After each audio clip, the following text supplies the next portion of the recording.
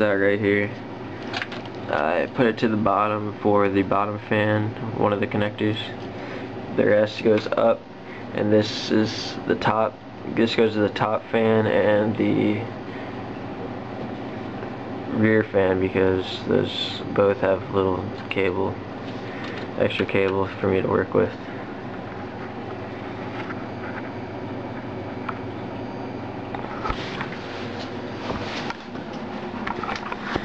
Inside here is the power.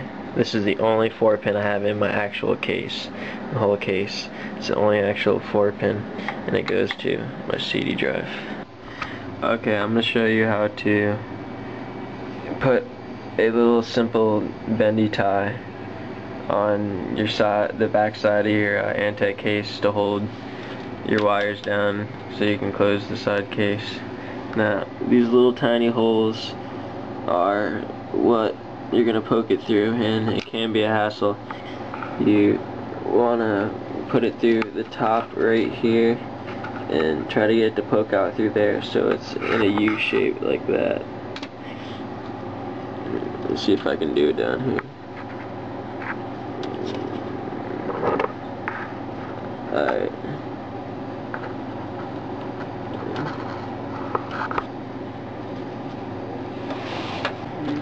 Once you get it through, it should look like that. Take the bottom and pull it. I guess you gotta work it. It's hard to do it. I gotta hold the camera and do this with one hand.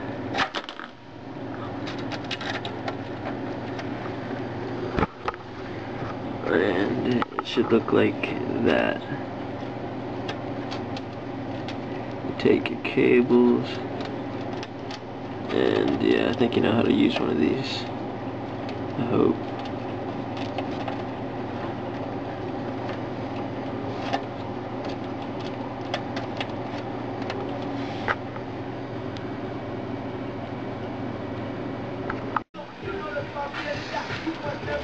For the SATA, just plugged it in, pushed everything to the back through the bottom hole, and took the connector and took it through right out through the same hole to the other side of the main power cable, and plugged it into my one spot on my motherboard. So that pretty much just goes down, out, comes back in, and hooks up right there. Alright, here's my power cord for my SATA. All I need is the front. They're the very first SATA. The rest I don't need. I have one hard drive. So what I'm going to do is I'm going to take the end and I'm going to put it through the very most bottom part of the stock hole. I want to make sure it's put in below the other cord since it's lower.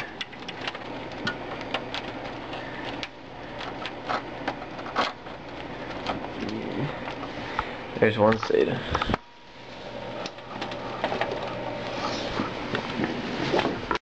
Alright, I have most of it pushed to the back. Now I'm going to take the SATA and plug it in.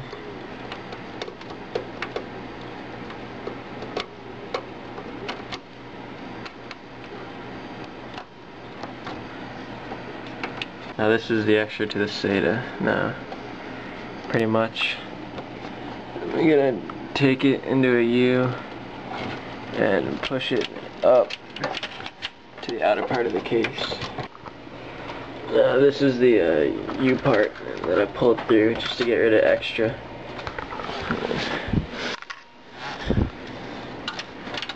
Once you push that all up, as you can see,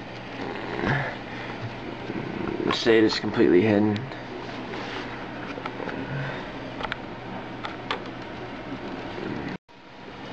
Now, when you set up the case like I have it, fan, CD drive fan, hiding the HDD cable is very, very easy. Now, this is what mine looks like. It's really ugly, but yeah, it can be neat. Plug one end into the motherboard. Plug in and make sure it's there nice and tight. And for this, just tuck all of it underneath, and then loop this up and plug it in right there.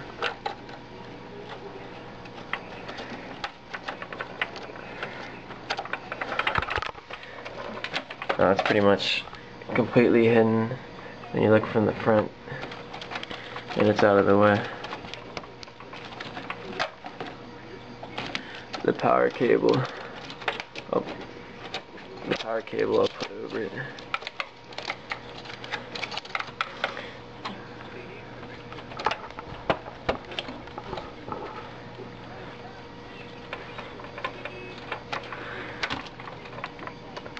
Once that's plugged in and you have it tucked in, take the power for the CD drive and plug it in.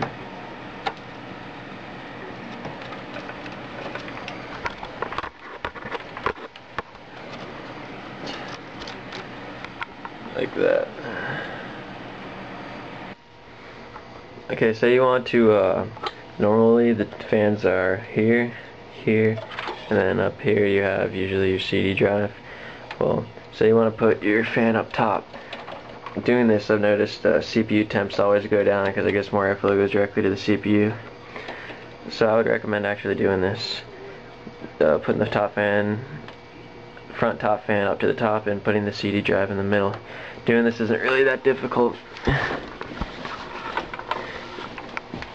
See right here, this is for the actual fans, the base. You should have more. You should have 1, 2, 3, 4 on the other side. Unscrew this, and then you can see the fans pop right out. And all you do is pop the fan out. Make sure the power cable to the fan is disconnected. You don't want to yank on that and break it. That'd be really fun. You just pull it out and then slide it into the spot you want, and screw in the little thumb gas. Little bastard won't go in.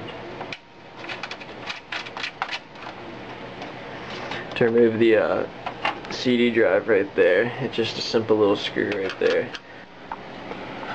The Zalman heatsink I have has a pretty fucking long cable to run to the motherboard, so I just took a little tie, looped it together, bent it so it wasn't touching the heat pipes. You can't really tell, but it's not touching the heat pipes right there. And then here it's not touching anything, it's floating in the back behind the rest of the heatsink. And it plugs in right there. I mean, it's not too hidden, but it's good. In my case, I have a 4-inch red cathode right there, and right up here, hidden, I have a 12-inch blue. And this is where I struggle to find a good spot for the spot for the little ballast box, and just for the wires to be hidden. So you can see up there is where I put the ballast box, whatever it is, right up there. And then I looped the wires over here in the corner. I put a little zip tie on them and tucked them in over here. And the other wire goes to the back. The other wires go to the back. And I put them together up here. Now, most of what I got, the Logisys, whatever, cathodes come with this, a little power switch for the back. Now, putting it back there is neat and all. It's really convenient to turn your lights on and off, but I mean, shit, it's hard to get your wire back there and your case looking clean. So if you take right there, it's hard to see them. Those are little tiny screws. Take a little screwdriver and unscrew them, and that little tiny switch right there will just pop out. And then once you bundle them all up and put them back here, it might not look too good, but all you have to do is simply just pop the top of the case open, and I can do it in less than 10 seconds. Well, with the thumb screws not in, but just pop the case open, flip the switch, and then put it back on.